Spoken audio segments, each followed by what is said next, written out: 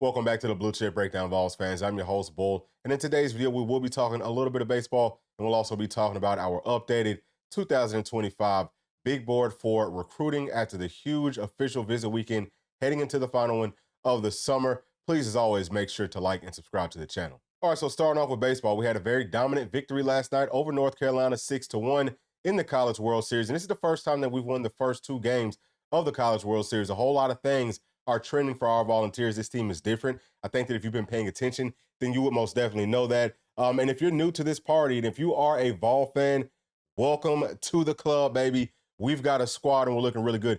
This part right here, okay, I believe that this is probably the best little breakdown just to give us like a 50-foot overhead perspective of the entire game last night. Let's take a look at the hits first, okay? Us versus North Carolina.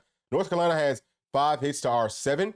They had 1 home run to our 2, and they had 6 runners left on base to our 4. We already know that game, just like I said, was pretty dominant, okay, from start to finish. I never had any question that we was going to win it. So let's move on over here to pitching. Always very important. North Carolina had 11 strikeouts to our 9. Part of that's going to be because they had to throw the ball to us more. We did a pretty good job, I would say, especially in some key spots in working their pitchers and making them throw a whole bunch of pitches. So, that's just going to be part of it. And of course, if you're scoring more, you stay out on the field more. So there's a higher probability and chance for them to get some more strikeouts. Anyway, so we had 9 strikeouts. I think that we did a really good job with our pitching last night, and we'll talk about that here in just a second. Now on to the strikes. They threw 93, and we threw 83. This is really more of what I'm talking about. They had more opportunity to throw more strikes. And then on to the hits allowed. They allowed 7 to our 5, and then walks. They allowed 5 walks, and we only allowed 4. So let's take a look at the box score, okay? And I'm going to let y'all just let me pause this first. All right, so I'm going to let y'all just take a look at the lineup. Number one thing, right, is look at the batting averages for everyone. It looks really good, okay? I think that both teams just have players that can hit, okay? So that's number one for me. But the biggest takeaway, I feel like one of the biggest differences is going to be with our designated hitter versus theirs. Look at Chapman's numbers, and of course he does hit that home run, but look at his numbers versus their DH. I think that right there, whenever you can bring somebody off of the bench that comes in and that can just get hot, it's very, very difficult with a lineup that's already, very strong from top to bottom. It's very difficult for the other team to be able to pitch to us. And you just never know who's going to get hot with this team. Let me take you back on up to Kavaris Tears, because right before his home run, the commentators are sitting there talking about the heat. And they say, right before he hits that bomb out, they say it feels like 98. And then he hits that 3-run homer. It's things like that that lets me know that this team is on the right track and everything is just kind of going our way. This is our year. I'm not very superstitious, and not to be overly superstitious, but you notice little things like this. If you can think back to the 98 season, to the championship run, a whole lot of crazy things happen. It's a whole lot of special moments. We're seeing that. Another very special moment that I saw in this game is, of course, with Hunter Inslee running into the wall in center field to get that out. Now, he did have to come out of the game, but that's what it's all about, right? Like, you don't want to see players getting hurt, but you want to see them giving their all for Tennessee, and that's what we're doing, right? Like, that's what we have, is just a whole bunch of dogs on this team. And I mean, I love this team from top to bottom. It's a lot of fun watching them go to work. Outside of that, I think that we're pretty consistent batting. The only player that I will say, and he's really not the only one, but he is probably the main one that needs to do a much better job of being more patient at the plate, is going to be our guy. I kind of hate to call him out. I hate to talk about Stark Industries, but Cal Stark has got to find a way to get on base, right? Whether it's just being more patient at the plate, which is what I think he needs to do.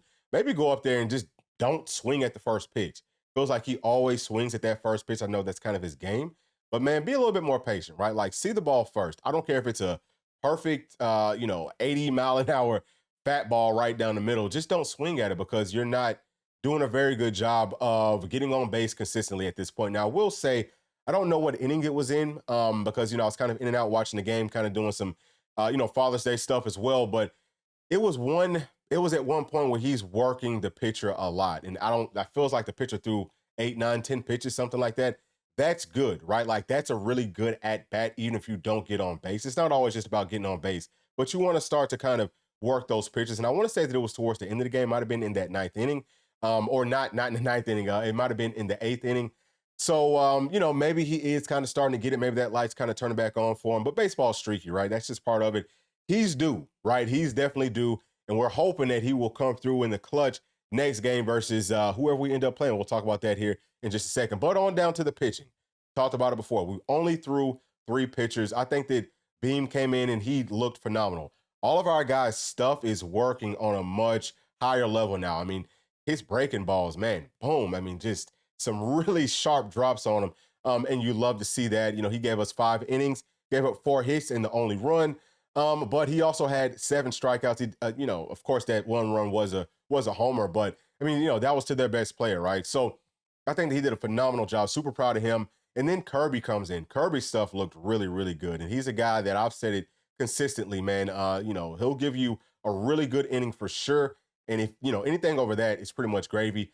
And, you know, he gave us a solid, what did he give us? 2 last night. So I think that his stuff is just working beautifully. He may have had the most command out of any of the pitchers that we threw last night. I also think that Snead did a really good job. Also, I believe that Kirby is our new school leader for innings pitched. So, you know, thank you so much for your service, Kirby. You know, I'm just really proud of you. I'm proud of this entire staff. But yeah, I think that Snead looked pretty good out there. He didn't have any strikeouts, but he gave us 2 innings just to kind of close things out for us. And you look at us only throwing 3 guys versus them throwing, what is this, 4, 5, 6 guys. That's what it's all about at this point in the season is you want to be able to kind of save your arms. You want for your pitchers to go out there with a good command and get guys out quickly. And then, of course, you have to have a good defense behind them to just kind of help out with that. And, you know, I think that our defense has been doing a pretty solid job. We do have to clean up those errors. We'll talk about that here in just a second. But now what we're talking about is between North Carolina and between Florida State, whoever wins that little game, I believe it's going to be tomorrow. Whoever wins that one, I mean, their pitching is going to be depleted. And if I had to pick a team for us to play up against, I mean, it would be North Carolina, but I'm not afraid of anyone. You know, I'm not afraid of Florida State either. Florida State is the better team, so I think that they'll probably win. We'll see what happens. But yeah, you know, our fielding, I would say most definitely needs to get a lot better. It needs to get a lot sharper. And you know, well, I wouldn't even say necessarily like a lot sharper. It does feel like we kind of have settled in. I could tell there was a lot more confidence, right? Like you see guys like Simo on that out in the 9th inning, right, where he's comes over, backhands it, throws it up under his arm. And really that was a good job by him. I guess you could tell that he's kind of in that zone because he attempts to make that play, trying to get on, you know, Sports Center and all of that. But it was really a great play just because of Burke. I think that Burke's been doing a really good job at first base. A few of those outs just was not great throws, but he's able to kind of stretch, keep his foot on the bag. And that's critical. You need that, but we need for our guys to help him out even more. We need better throws. I was really happy to see Curley kind of get back into his groove because versus Florida State, I don't know if he was just out of position or too slow to make the plays or maybe a combination of both. But very happy to see him make a few key outs and just kind of get back involved with the fielding. That's huge. But, you know, guys like Amick, he's got to do a much better job of fielding the ball cleanly. I don't know if you just kind of go back to Pee Wee baseball and, you know, just field the ball real slow, watch it all the way in and do that over and over and over again, kind of speed it up gradually just to get your eyes back right and just to kind of get that feel back right. But we're going to need him playing third base for sure to, you know, make more consistent stops. And it was really just one error, I believe, that he had last night. It might have been more, but I only saw one. And then Simo, same thing, right? Like, just got to continue to be clean. I think he was a lot more clean fielding, but his throws to first base just have got to be more on target on a more consistent basis. Those are my only things right there, y'all. Outside of that, I think that this team looks great. And even with those little bit of errors, I still feel like we're good enough to win the whole thing. But you just never know on any given day how that ball's going to bounce. I feel great about it, though, y'all. I'm really excited for Wednesday. We will be playing on ESPN. It's going to be June the 19th Wednesday. So this Wednesday coming up this week, we're going to be playing at 2 p.m. So a lot of people won't be able to see it, but I will be watching it, and I'm going to do my best to update y'all here on the channel. If you can't watch it or if you can't, you know, look at it on ESPN, we will be updating y'all here on the channel. But that's it for the baseball. Let's go ahead and switch gears to recruiting. All right, y'all. So this is our updated big board as of today, Monday, June the 17th. And what you'll have to the left are the players that we are in a great position with. What that means for me is we're in their top 2. To the right are the players that we are in a good position with. For me, that means top 3. So we're really in a great spot with all the players that are on this board. The box down to the bottom is just a breakdown of what you're going to see with the players that we're in a great position with and the players that we're just in a good position with. And in a great position, we have 2 5-stars, 6 4-stars, and 4 3-stars. The players that are in the good position, we have 3 5-stars and we have 7 4-stars. To the right, you'll see where they're going to be going on their OV this upcoming weekend, which is the last official visit weekend of the summer. And, after this, a whole lot of these players will be making their decisions. So some of these players we just have to hold out with through these OVs. And the first one for sure is going to be David Sanders, offensive tackle, 5-star, best offensive lineman in this class. Probably going to go down as a generational type of an offensive lineman. We feel like he's got Tennessee as his number one school. Has been trending to us for quite some time now. Would not be surprised if he does pick us. But, I would say that right now it's between us and Ohio State. Found it very interesting that he did not go on up to Alabama this week because there was some speculation on if he would try to sneak that visit in before this weekend on the visit to Ohio State, and he chose not to. So it's us or it's going to be Ohio State. I think it's going to be us all the way. We did hear GMAC over the weekend almost slip up and say that he can't wait for David Sanders to commit. So he might be silently committed for all we know. But I would say that at the end of the day, he's going to be wearing orange and white. Next player is going to be Josh Petty, another 5-star offensive lineman. I have him really as the best, or as the second best offensive lineman in this class.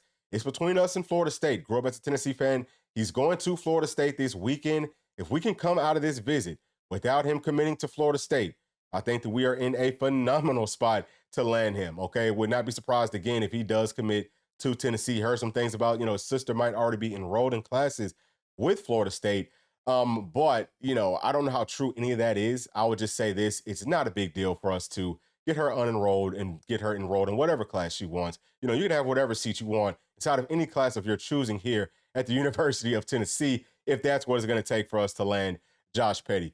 So I feel really good about that one. Now, next is going to be a 4-star linebacker, Jaden Pilati. I know him very well. Goes to Buford High School. He's a dog. I love his game playing at linebacker, coming off the edge, playing in that secondary too. Extremely versatile. I think that he could do all those things at a very, very high level. So we're getting a lot of bang for our buck if we can get Jaden. And what you're seeing next to his name is UGA with a question mark, because he said himself that he was supposed to be going up to UGA this weekend, but he said, well, I don't know if I'm still going to be doing that. He said that with Austin Price. So that's not inside information on my behalf. That's something that he's kind of putting out there for everyone to hear. So I think that Tennessee's in a really, really, really good spot with him. And I wouldn't be surprised if he kind of pulls the trigger coming up here shortly. Now, I will say this.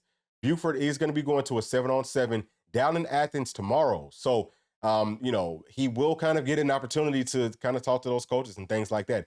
I'm going to have my eye on it. Okay. I want to see, all those coaches, really pressing Jaden, and, how is he feeling? But I think that he's pretty much locked in right now with Tennessee, but we will see, like I said, over the next couple of weeks. The next player is going to be Travis Smith, and he's going to be coming up to Knoxville next weekend. He's another one that is down between us and UGA. 4-star wide receiver, but for me, I have him as a 5-star for what he's going to mean to this team. He's going to be like that Brew McCoy type that can do a really good job of blocking on the outside, but he can also go out for passes, make catches. I love his personality. I love his mindset. He's exactly what you want. If you just listen to him speak, you can tell that he gets it. And that's what you want him. He's very, very mature. So I think Tennessee's in a great spot with him. Again, it's just between us and UGA. Next is going to be Shady Hayward. He's a 4-star safety. He's also from Georgia. Sounds like it's it was between us and Georgia, but I think that Georgia has got a couple of safety commits since then, at least one from a 4-star. So I don't know if he's still very high up on their board. Maybe he is, maybe he isn't. I'm just speculating. I'm speculating with that. But, we heard that he really likes South Carolina. I think that he went to Florida maybe this past weekend, and we're going to get his last official visit. He's planning on making an announcement. I think all these players, too, that I've just have named are planning on announcing before the football season starts. I believe that his is August the 7th, but don't quote me on that. So Tennessee, at first was trending for him very, very heavily. We're the first team to really start to recruit him. I think that we might have been his first offer. Sounds like that means a lot to him. And now that he's gone on a few official visits, you would think that maybe he's starting to get more used to this process and he's not just going to be blown away every time that he steps up on campus. That's a good thing for us. And the reason that I'm saying that is he's going to, come in and say, okay, I've seen this, I've seen that, but he can kind of compare and contrast our OV versus everyone else's, and we're going to win, right?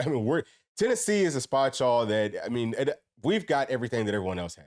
Nobody has something necessarily. It might be something small, but all the big stuff that actually matters, nobody has more than Tennessee has. So I think that he's going to come away from this visit looking more, at the relationships and who's genuine.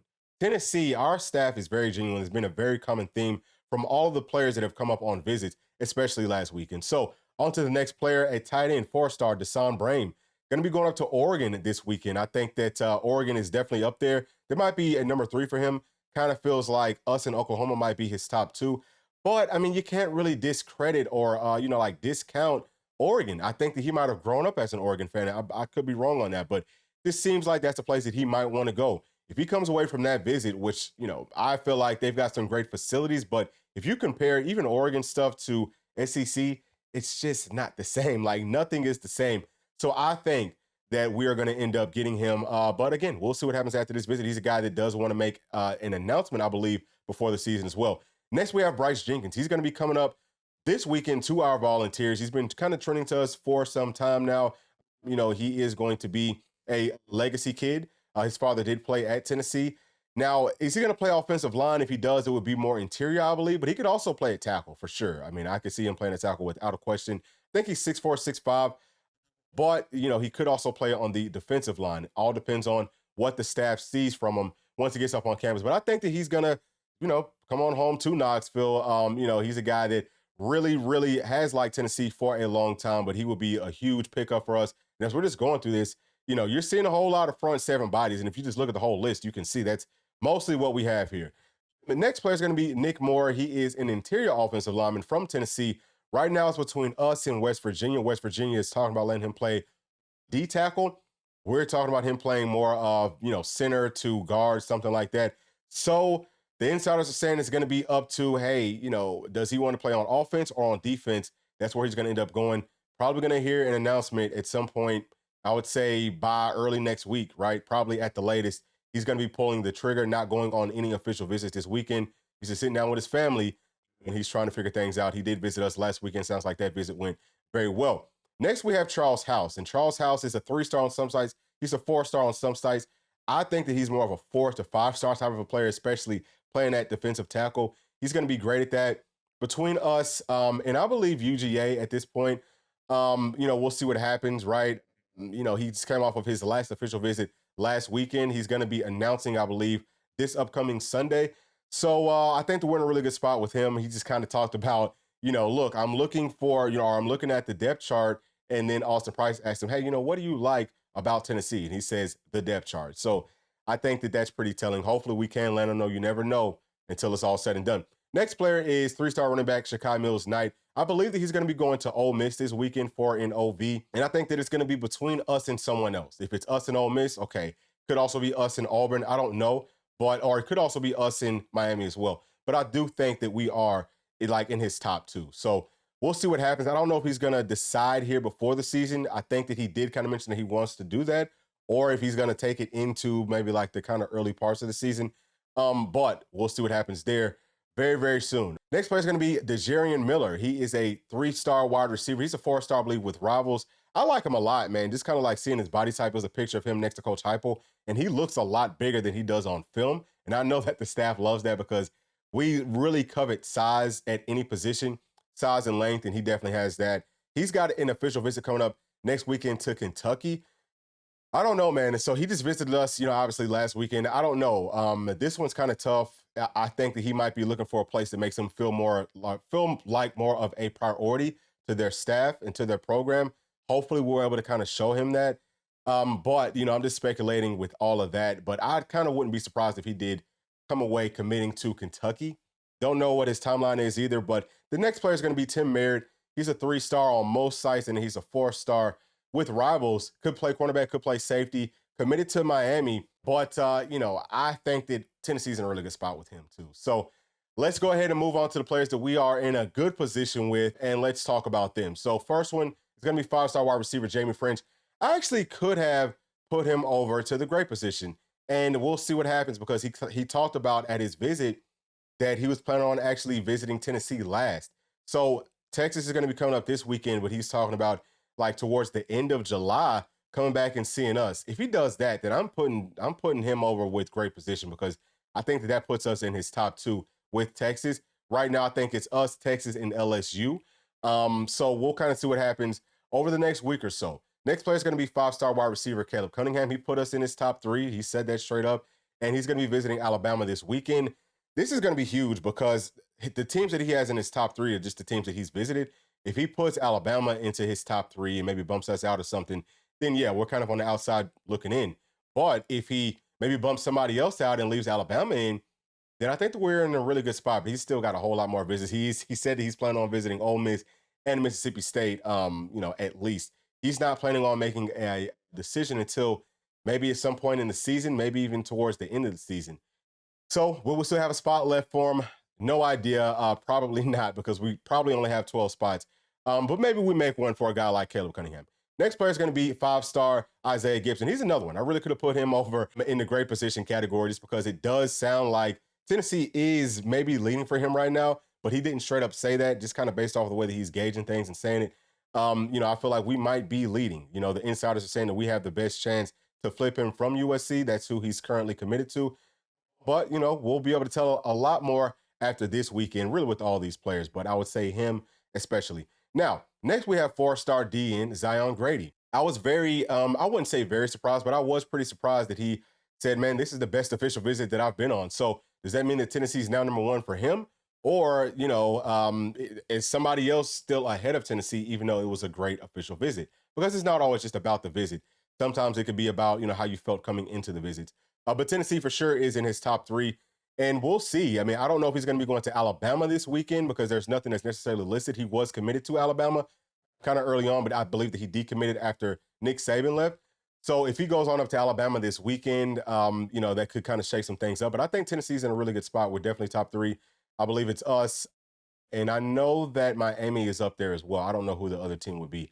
But next player is going to be Damian Shanklin. This is another defensive end. You're going to see a very common theme here. Again, most of these players are front seven, but there's a lot of players that play on that defensive line that want to come here.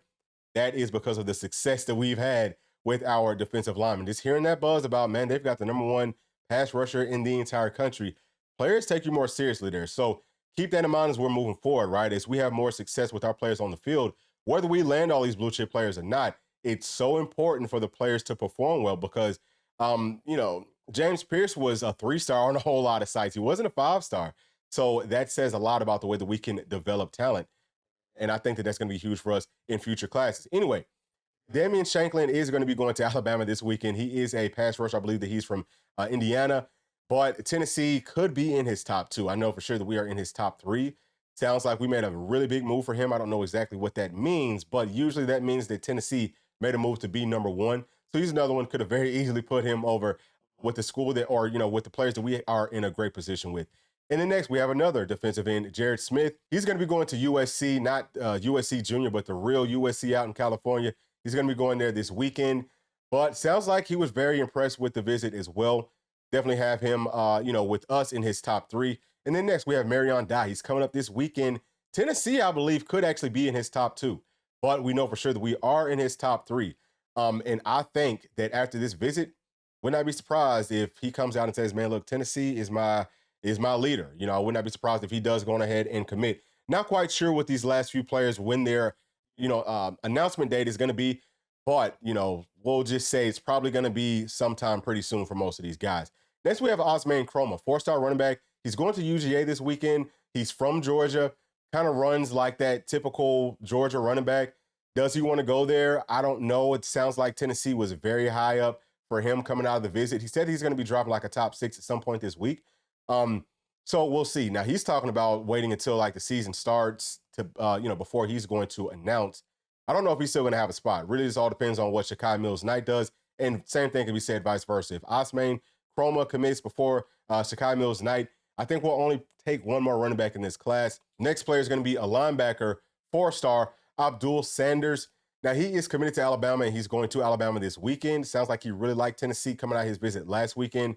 Can we kind of keep that momentum, or can Alabama keep him at home? Again, you see that early playing time possibility. I think that, especially if you like Coach Inge, I think that you feel like, man, I think I just want to go on ahead and go to Tennessee. He's from California, so he's going a long way from home either way. If as of late he was an Alabama fan, it wasn't because of the current staff there. It was because of Nick Saban. That defense ain't the same. It's not going to be the same. I can promise y'all that. I'm already seeing that. So maybe he realized that and he says, man, I have a much better chance of going on up and playing defense with those Tennessee Volunteers. And then we've also got Christian Gass coming up. He's a linebacker. He has us in his top three as far as I can tell and from everything that I've heard. But, even though we are in his top three, I would say we might be a little bit further down. Like, there might be a little bit of separation between number one and number two down to number three. But he is visiting us this weekend, so we can make a whole lot of ground with him. Again, another linebacker. There is that spot, that is there. Again, man, take a step back. Look at this list. It's beautiful. I think that we've done a phenomenal job of going out and targeting real 4 and 5 star players, like real blue chip players. We'll say that because their stars really don't matter. Are they blue chip or not? And most of the blue chip guys that we have is where it counts at in that front seven. I think that if you just look at the players that we are in a great position with, the players that we feel like, man, we're probably going to get, I would say at least 85% of these players will be committing to Tennessee, just unless something goes absolutely crazy, crazy wrong. With 85% of this, especially, if it's 2 of the 5 stars, we'll just say 1 of the 5 stars, Tennessee's in a really good spot to be able to get back into that top 5 like we've been talking about before. I had said maybe like last weekend, I was like, I don't know if we can still do it. But, as early as last week, I was like, man, I feel a lot better about it now just because of the way that this visit list looks. And also hearing the way that everyone's talking about the visit after it, like after the fact, you can expect that the players coming up this weekend will probably be singing that same tune. I think that we have a really good shot, y'all, to finish top 5. Again, we have to close, but we are in a really, really good position for several blue chip players. And again, it's kind of like back to my point about most of it being with the front seven with, we're getting it where it counts. I mean, man, we're going to be good for a very, very long time. We already know that we're getting in a whole bunch of blue chip caliber quarterbacks, generational types of quarterbacks, Heisman candidate types of quarterbacks, championship caliber types of quarterbacks. Man, we're about to go on a very serious run, y'all. That's my whole point. We're about to go on a very serious run. And I promise you, several teams like UGA, they're worrying. They're worried. There's 2 guys right here. One of them we're about to flip from Georgia, I think anyway. And then another one, it's down between us and Georgia and probably a couple of other players, right? Actually, several players. It's between us and Georgia. If these players are picking us, Kirby Smart's going to be shaking in his boots. Don't be surprised if we start to get kind of desperate and switches some things up, because once Tennessee gets good, we are going to stay good. Like, we know how to maintain that. Nobody wants to see us get back to that upper echelon of prominence, because it's just going to be pretty much us versus Texas every single season. That's the way I see things playing out, because Texas will be the only school I feel like can compete with Tennessee on that sort of a level, from a longevity perspective. We're seeing that Georgia had their run. They're going backwards. They're trending backwards. They're going to have a very tough schedule this year. Everything is going backwards for them. So I look at them almost as a non-factor moving forward. But you have to be very happy about all this, y'all, as Volunteer fans. And thank you so much for sticking all the way to the end, because that is the end of this video. And as always, please make sure to like, subscribe, hit that notification bell, share with your friends, family, and other Volunteer fans. We'll see y'all in the next one. Thanks. Peace.